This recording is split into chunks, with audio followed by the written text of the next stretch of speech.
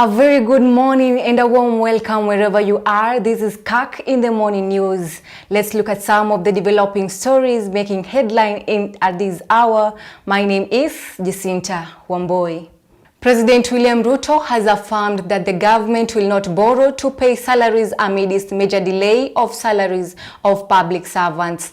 President Ruto has admitted that the financial crisis in the government has been occasioned with a huge debt burden which he says must be tamed. The head of state said that it is time for the government and the country at large to operate within its means.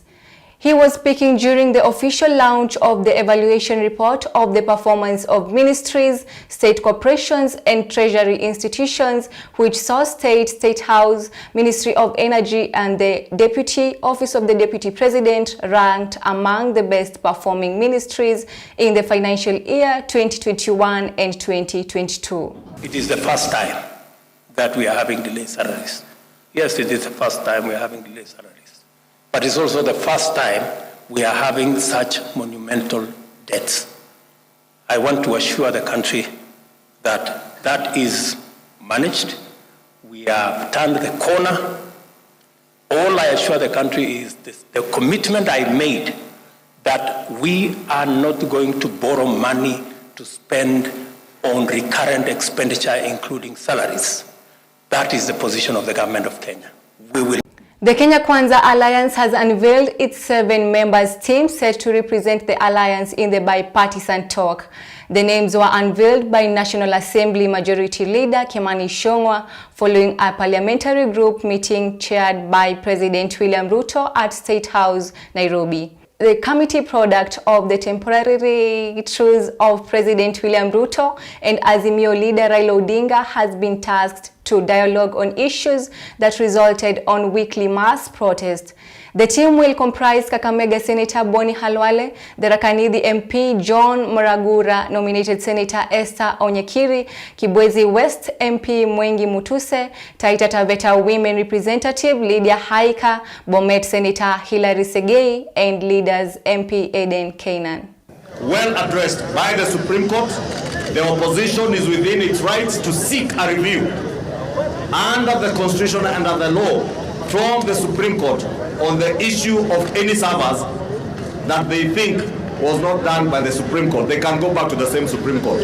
On the reinstatement of the Cherera 4, there are no provisions under any law or under our Constitution to reinstate officers, public officers who have voluntarily resigned from public office, or those who have been removed from public office, as the case was by for Commissioner Masit. And I think on the cost of living, we were clear. We shall support the government's policies that are what we sold to the people of Kenya when we went around the country campaigning. As a PG also, we resist the attempts by the opposition to force or blackmail the government to implement failed policies of the last regime that drove the country into economic mess, including the corruption-ridden consumption subsidies, irresponsible borrowing and gross fiscal mismanagement through the state capture. We particularly support the government's policy of subsidizing production rather than consumption and the prudent fiscal management within a framework of managed debt levels. On to other stories, Parliament this afternoon convened a section to debate the cost of living crisis, cash crunch in counties and civil servants' salaries delay.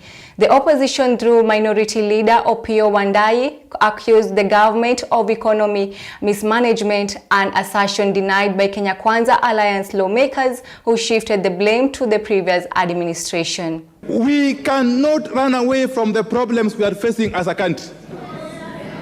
The government which is in power cannot run away from the problems that face the country by continuously scapegoating, by continuously backpassing to the old regime. Simply stating facts and the painful truth as it is. You got us into this mess.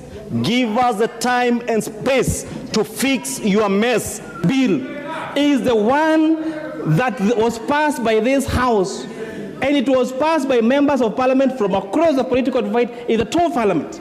I have not brought any finance bill, and when I'll do, you will see that we are reducing a lot of taxes, because we have realized that increase in taxes does not always lead to increase in how much we collect in terms of taxes.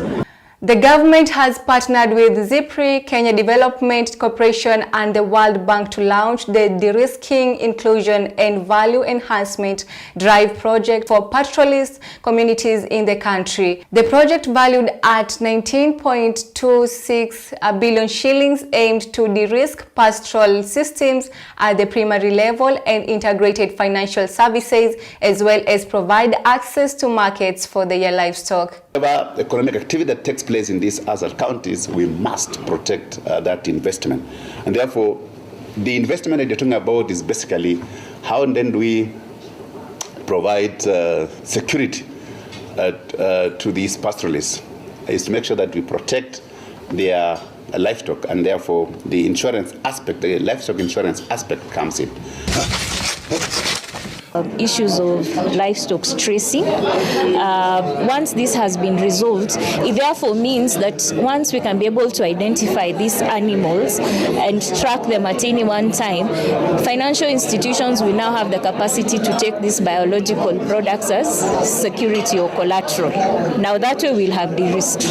So it's an opportunity actually, and a solution as to this livestock banditry issue. Christine Masika, a suspect arrested for allegedly planning to sell a 5-day-old baby boy for 400,000 shillings along the Eastern Bypass in Nairobi last Sunday, will remain in police custody for 10 days to allow police conclude investigations into the case. Alikuja Friday, tukalala. Asubuhi Jumamosi akasema mimi nataka kwenda na mtoto. Mimi nilikuwa nimelala. Akasema mtoto wangu, mtoto pata yuko, ningewacha huyu mtoto akuweko ndio uende na sikataa huwezi kuenda kulea. Naye akachukua mtoto. Na nikamwambia uende umlishe vizuri. Wewe sio mtoto, ulishe huyu mtoto vizuri. Ujue mtoto pia anakula. Tukasikia hiyo, akasema sawa. Wacha tuondolee hiyo mzigo, sawa tuchiwezi. News of the alleged plan to sell the baby came as a big shock to the family, who are now appealing to the government to help return the infant home. Hii mambo ya kutokea tu huko ati mtoto alienda kuhusu, hiyo ilitukuta tu hapa. Sisi hatukuwa na habari yoyote. Serikali nisaidie arudishwe hapa. Sasa kama serikali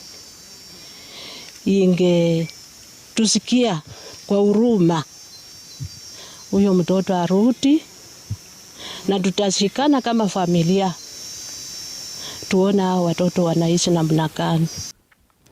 Death toll from an outbreak of disease at Mukomo Girls has hit 3. This is after a Form 4 student, Diana Munyasya, died at the Kakamega Referral Hospital, where she has been undergoing treatment.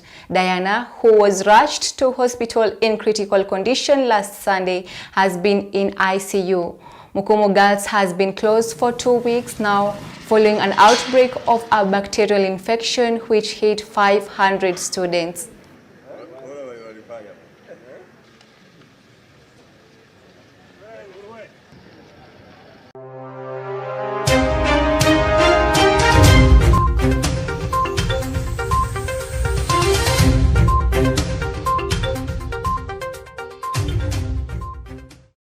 Nyahururu Viking basketball players are calling on the county and national government to construct more basketball courts at the grassroots level to accelerate the promotion of the game amongst the youths and school-going teenagers.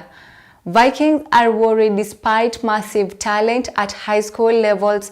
The talent are going to days that the players are only active when it's cold.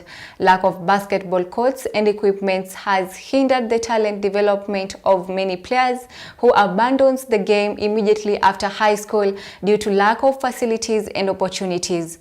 The basketballers are calling on the county government to consider basketball as alternative to sports, which they usually focus on as sports and athletics. Nafikiri changamoto ni mingi, ni kwamba basketball yenyewe haijulikani sana kwa enzi zenye sisi tulipozaliwa, na sasa ndio watu wanaanza kujua basketball. Na sasa huu mchezo ni mzuri na watoto wengi wanajua, wakishamaliza high school wakitoka nje hawapati nafasi, lakini Vikings tunajaribu kuwaonyesha hiyo nafasi yote, kuwachukua wote. Thank you so much for joining me for Back in the Morning News. I've been your lovely news anchor, Jacinta Wamboi. Till next time, have a very wonderful and lovely day.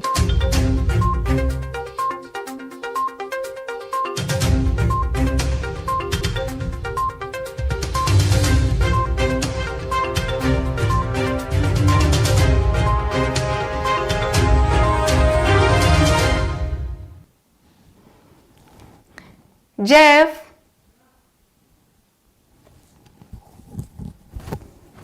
Ekaya machweo.